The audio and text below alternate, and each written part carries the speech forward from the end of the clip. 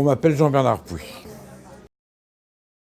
Je suis quelqu'un qui a jamais voulu écrire et qu'on a forcé et qui a commencé un peu à écrire des romans exclusivement noirs à partir de 35 ans et qui maintenant, à un âge relativement avancé, a décidé d'arrêter brutalement et drastiquement la production littéraire. Non, mais j'ai envie un peu de faire mes adieux au musical, tu vois, quitte à revenir un an après.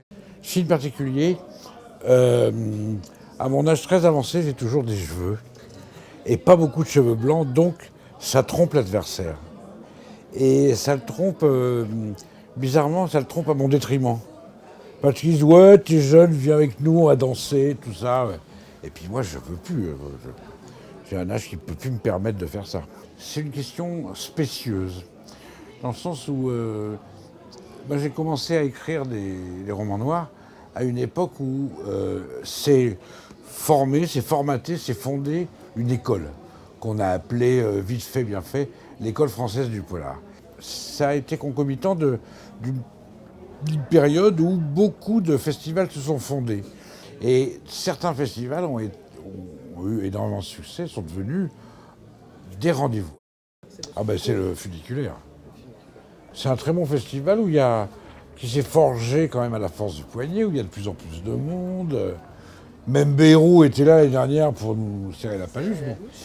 Mais quand même, le plus, c'est le Funiculaire. C'est-à-dire qu'en une minute et demie, il faut prouver qui on est. Et moi, c'était pas l'année dernière, mais l'année d'avant, j'ai fait 3 allers-retours avec les gens qui sont restés dedans. J'aurais aimé avoir écrit L'affreux pastis de la rue des Mers de Gadda, écrivain italien des années 20-30. Madame Bovary, ouais.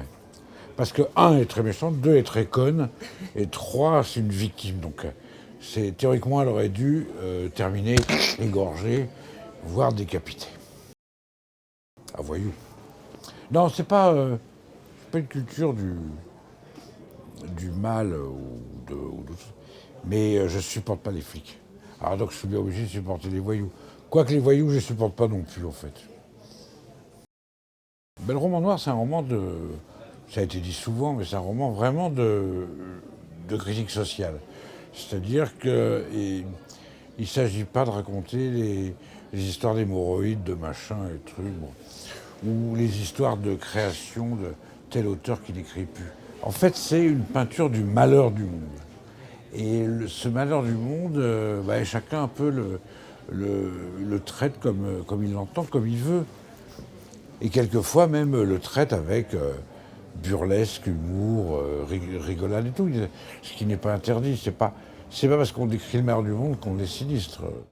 Oui, c'est énervant, mais c'est énervant sur le coup. Mais en même temps, si on la pose tout le temps, ça veut dire que c'est pas rentré dans les mœurs. Il ne faut pas arrêter de répéter que L'étranger de Camus est un roman noir, que Sophocle a écrit des romans noirs, que après la littérature américaine dans les années 30 a écrit des romans noirs influencés par la crise économique.